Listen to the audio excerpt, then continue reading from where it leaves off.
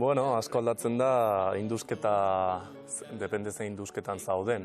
Gu adibidez alduan, ni herrian bertan nago eta ez ditu voluntario baten lan guztiak egiten. Azkenean zu 2 aste egon da etxetik kanpo, lagundu behar duzu eta zu ere pixkat gosaria moldatu edo erosketak egin, halako gauza, garbiketak. Ni auritzen ja etxean egon da, normalean etxean lo egin, indusketara joan, bortatik bueltan, dutxa eta gutxi gehiago. Gero, voluntario bezala lan normalak induztu, direktoreari kasu egin, naiz behinka.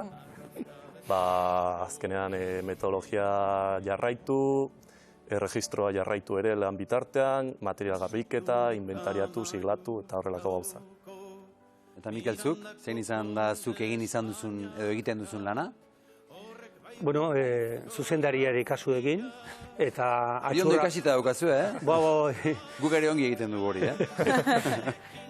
Atxurra baldin bada, edo paletina bada, edo segun zer tokatzen den, edo erregistroa jaso, edo. Baina, bai nik badokat gauza berezitxo bat, eta txampone kontua da, numismatikaria naiz, eta gaur egun, txamponen bat agertzen baldin bada, berehala bisatzen diate, ea, behintzate lehenbaileneko edo botelasterreko informazioa eman dezakedan, ze mendekoa dan, edo pistaren bat, jakiteko ze unitate estrategifikoan nahi gian, edo interpretatu litekeen garai konkretu batekin, edo. Eta, bueno, hortan ibiltzen. Eta zergatik txamponak, zer dute hola inbeste erakartzeko?